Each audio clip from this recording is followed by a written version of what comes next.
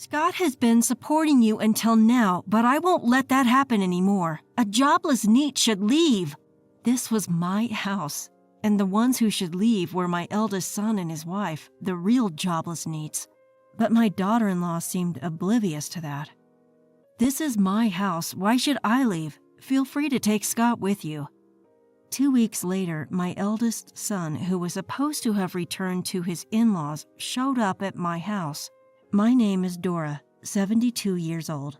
My hobby is karaoke. I never had any interest in karaoke, but after being invited by my part-time colleagues, I got hooked. Now it's my daily pleasure to go singing with them after work. Since my husband Scott passed away a few years ago, I had been living alone. But now I'm living with my son, Scott. Scott, 43, married Kiera, his same-aged partner, last year. They had been living in Kiera's parents' home as per her wish. However, last week, Scott came home and said, "I'm separating from Kiera." I thought they might have had a fight, but the reason was much more serious. A few months ago, Scott quit his previous job for career advancement and joined a new company, which turned out to be a dark company with unexpected and unpaid overtime. He was harassed daily by a nepotism-based superior and was increasingly exhausted by stress and overwork until he developed mental health issues. If only Kiera had noticed Scott's worsening condition, things might have been different. Despite returning home exhausted from daily overtime, Kiera never once asked, "Are you okay?" When Scott mentioned quitting, Kiera said, "What about money if you quit? Even with the unpaid overtime, the salary is higher than your previous job, so it's fine." Kiera, a homemaker in name, didn't keep up with the housework. Yet she insisted Scott keep working while she spent his earnings on outings. Reaching his limits, Scott visited a psychiatrist who advised quitting his job. Knowing Kiera would rage if she found out, Scott didn't tell her about quitting and came to me for help instead. I suggested a divorce, but he's too weak physically and mentally to consider it now and just asked to stay at my place for a while. While I wished Scott would divorce such a wife, I respected his decision. I agreed to let Scott live with me. However, we needed a plausible reason for Scott staying here to tell Kiera. After discussing with Scott, we concocted a story that I had injured my leg and couldn't live alone. We planned to tell Kiera that he should move in with me to help out, and he could commute to work from here.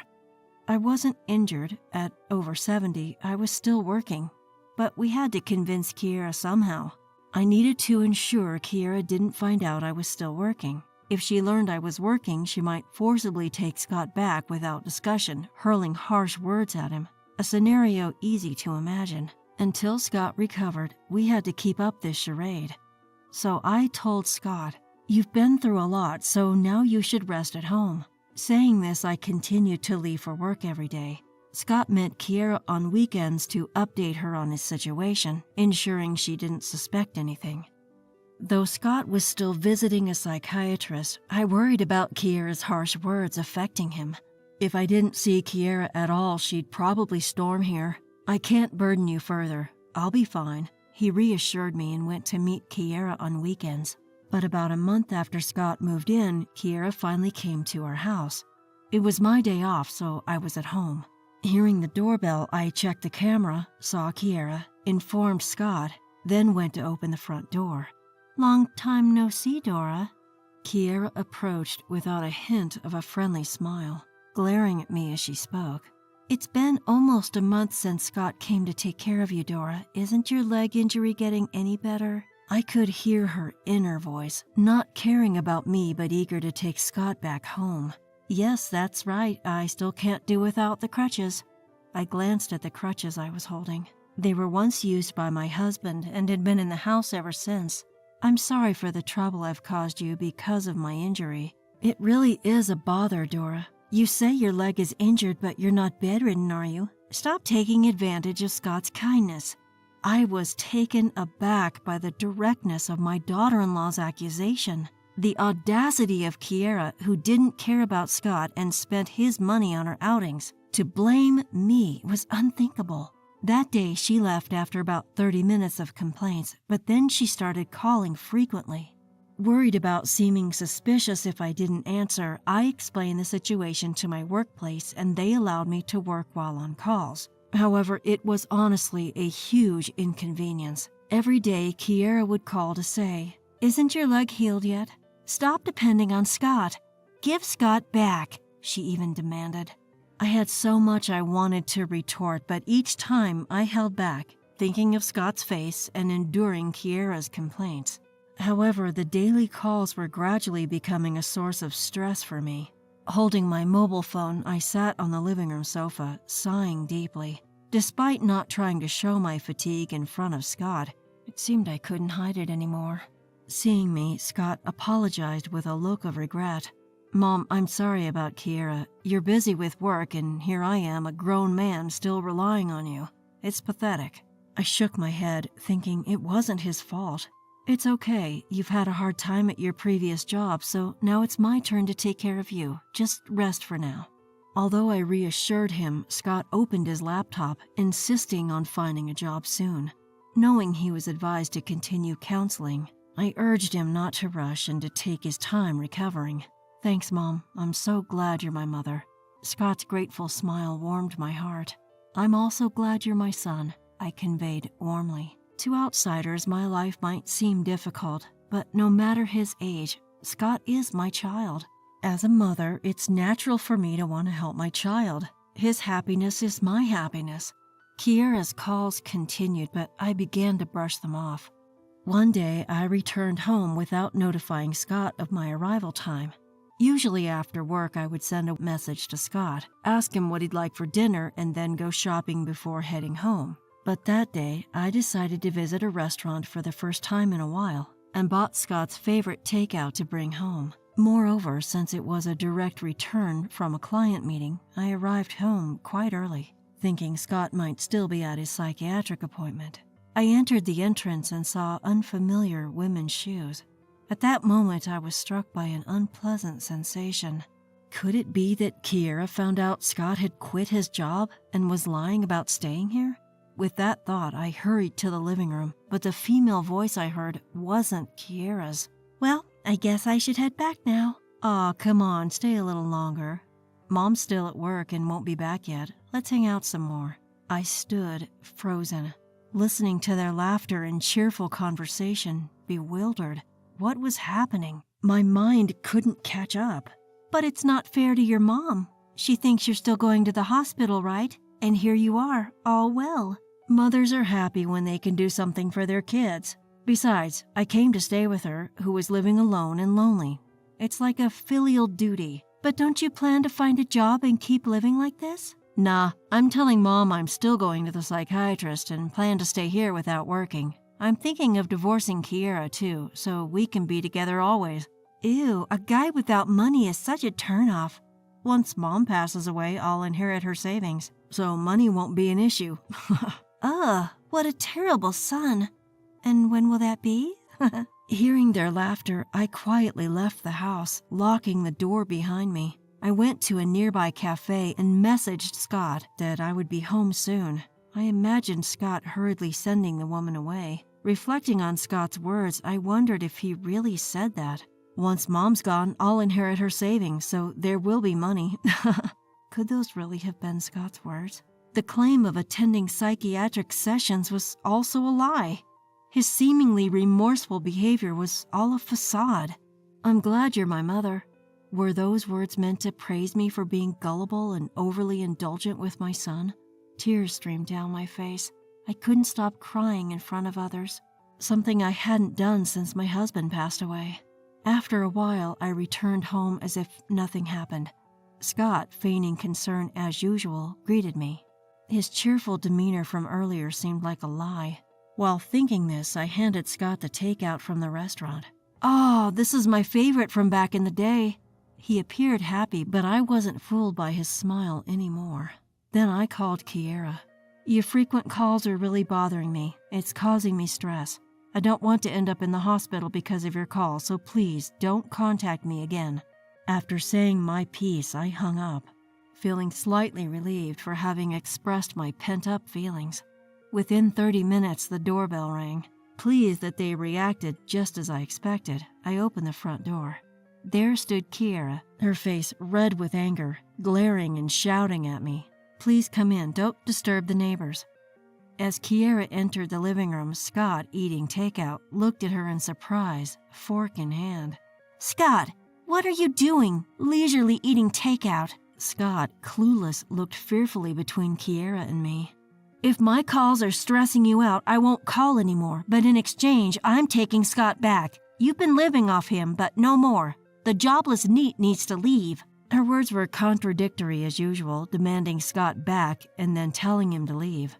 This is my house. If anyone should leave, it's the Scott couple, fitting the description of jobless NEETs, though Kiera seemed unaware of that. Scott appeared quite panicked in the face of Kiera's raging temper. Behind Kiera, he mouthed to me, asking what happened. Ignoring him, I said cheerfully, "Why should I leave my own house? Feel free to take Scott with you. My leg is just fine." I jumped on the spot to prove my point. Kiera, slightly taken aback by my words but seemingly pleased at the offer to take Scott, said, "Then I'll take Scott, but don't expect any help from us in the future. Not even if you're injured or hospitalized. Manage your finances yourself and don't contact Scott. Scott, don't answer her calls." After saying her piece, she pulled Scott's arm and left. Scott looked back at me with a tearful expression until the entrance door closed. But for a 43-year-old son who lied easily and wished for his mother's death, I felt no desire to help him anymore. In the now quiet room, I sat in front of my husband's photo and spoke to it. Is it my fault that Scott turned out like this? Images of Scott as a sweet child flashed through my mind. Tears rolled down my cheeks again. Unable to sleep that night, I woke up to find it was morning and decided to take the day off of work. After packing Scott's belongings into cardboard boxes and clearing the room, I felt much lighter. I returned to work the next day, ready to resume my normal life. However, 2 weeks later, Scott, who was supposed to have gone back to his in-laws, showed up at my house. "What are you doing here?" "Mom, it's terrible." There was Scott, 43 years old, crying and screaming at the entrance. Embarrassed by the neighbors, I sighed and let him come up. "So why are you here?" "Why did you suddenly become so cold? You're supposed to be on my side, aren't you?" Listening to Scott, it seemed that Kiera was initially happy to have him back, but didn't take her long to realize he was unemployed. Since then, Scott was subjected to daily verbal abuse. He had even been deprived of his mobile phone, unable to contact anyone. "Still going to the psychiatrist? Don't you feel sorry for me?" "No, I don't feel sorry for you at all. You said you were going to the psychiatrist, but that was a lie, right?" Scott looked at me in surprise. He might be good at lying, but not at keeping secrets. "No, it's not a lie. I went last week." His eyes darted around, making it obvious he was lying. "Then show me your medical appointment card." I don't have it with me right now. Wait, are you doubting me, Mom? I'm your son." Just then, the doorbell rang, and I opened the front door, suspecting who it might be, and sure enough, it was her. "Scott's here right now." "What? Angelica?" "Hey there." It was Scott's mistress, Angelica. After Scott left our house, Angelica had visited once, asking for Scott's whereabouts since she couldn't contact him. I was surprised she had the nerve to ask me, his mother, but I told her Scott would likely be coming home soon. What timing for her to show up. "Why is Angelica here?" "Your mom said you might be here soon, so I decided to visit. Lucky me, you're actually here." "No, I mean, what?" "Your mom knows about us, and that you're not really going to the hospital. And that Scott wants my savings and wishes I'd hurry up and pass away." Scott's face turned pale.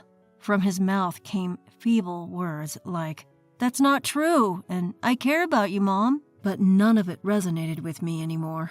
Everything about the old company and going to the psychiatrist was true. Only for the first visit, though. Scott tried to silence Angelica, but by then, such stories didn't matter to me. "So you've been lying to me all this time. I don't want to live with someone who lies so easily." I said this and kicked him out. That same day, Scott, Kiera, and Angelica showed up at my house together, all three looking disheveled and injured. It seemed Kiera had found out about the affair, but I couldn't fathom why they'd come to my house. "I want nothing more to do with you. I let them in only because they were making a scene outside. Dora, you knew everything, right? That Scott quit his job and was cheating with this woman? Yes, that's right. And you said nothing? I'm divorcing Scott. I'll demand compensation from these two. Since Scott's jobless, Dora, you should pay. It's only fair, right? You're his mother and you knew about his affair. Why should I, at my age, pay for my over 40-year-old son Scott's mistakes? As I was about to argue, Angelica dropped a bombshell. But you were using Scott's money to go to host clubs. I accidentally saw you leaving one.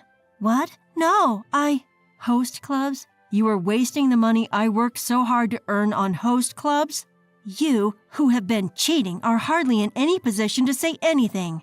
Wow, scary. No wonder Scott doesn't want to go back to you. Kiera's face turned even more demonic as she and Angelica began fighting furiously. Scott tried to intervene but ended up getting hit by both of them. Watching this, I called Kiera's parents. About 30 minutes later, the house intercom rang and I went to open the entrance door. Kiera's parents were at the entrance. While we were exchanging greetings, Kiera's yelling and loud noises could be heard from the other room. I invited them inside and explained the situation. As they entered, the chaos in the living room halted abruptly. Mom? Dad? Kiera's parents apologized to me, then sternly took her away. Scott clung to me, begging, but I firmly sent him and Angelica away too. Thus, the tumultuous chapter involving Scott, Kiera, and Angelica came to an end, and I regained my peaceful life. Later, Scott and his wife returned to his in-laws' home with them. However, after the in-laws found out about Scott's infidelity and Kiera's visits to host clubs, they reportedly became angry and kicked them out of the house. Kiera, having been kicked out and with nowhere else to turn, reportedly decided not to divorce Scott. Instead, they rented an apartment and continued living together. Scott, left with little choice, tried to find another job but was unsuccessful. He ended up working part-time at a convenience store near their home. However, he was constantly berated by Kiera every day, and now his mental state has deteriorated to the point where he can hardly function. It seems he's currently undergoing treatment at a psychiatric clinic. Scott, struggling to find a job, ended up working part-time at a convenience store near my house. I've been ignoring Kiera's pleas for help. She needs to learn the hard way after living off others' money and indulging in host clubs without working a day. Now that peace of mind has returned, I'm back to enjoying karaoke with my part-time job friends, something I had stopped doing since Scott's arrival. I couldn't go out and enjoy myself knowing that Scott was suffering, and also to avoid Kiera finding out about my leisure activities. Dora, I can't believe you can sing such modern songs. I have to learn from my grandkids, but it's hard to keep up. While I was singing a popular song of the time, that's what one of my part-time colleagues told me. I learned about the song from my grandson, who was the child of my second son and his spouse, and I've been practicing it. I've promised to go karaoke with my grandchildren the next time they visit. I'm practicing trendy songs, imagining their surprised faces.